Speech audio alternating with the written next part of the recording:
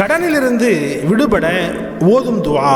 நபிகள் நாயகம் ஸல்லல்லாஹு அலைஹி வஸல்லம் அவர்கள் இந்த துஆவை கற்றுத் தருகிறார்கள். யாராருக்கெல்லாம் கடன் இருக்கிறதோ இந்த துஆ ஓதுங்க.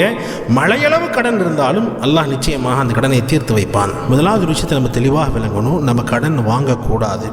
இக்கட்டான சூழ்நிலைகளில் மட்டும்தான் நம்ம கடனை வாங்க வேண்டும். அதே சமயத்தில் கடன் வாங்கும் பொழுது நான் இதை சீக்கிரமாக வாங்குற மாதிரி சீக்கிரமாக நான் திருப்பி கொடுத்து விடுவேன் என்ற நியத்தோடு அல்லாஹ்விடத்தில் துஆ செய்தவர்களாக வாங்கணும்.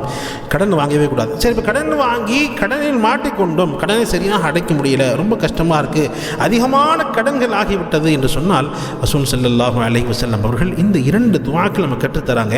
இந்த 2 துஆக்களை யார் அதிகமாக ஓதுவார்களோ அல்லாஹ் ஜல்ல ஷானஹு தஆலா அவருடைய மலையளவு கடன் இருந்தாலும் அல்லாஹ் தீர்த்து வைப்பான் இன்ஷா அல்லாஹ். இந்த 2 துஆக்களில் முதல் துஆ, அல்லாஹும்ம க்ஃபினி பிஹலாலிக அன் ஹராமிக வஅக்னினி பிஃபضلிக அம்மன் சிவாக். மீண்டும் ஒரு முறை சொல்கிறேன்.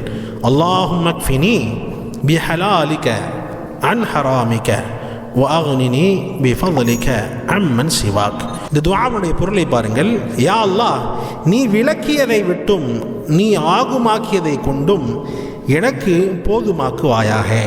மேலும் உனது கிருபையை கொண்டு உன்னை தவிர உள்ள அனைத்தை விட்டும் என்னை தேவையற்றவனாக ஆக்குவாயாக.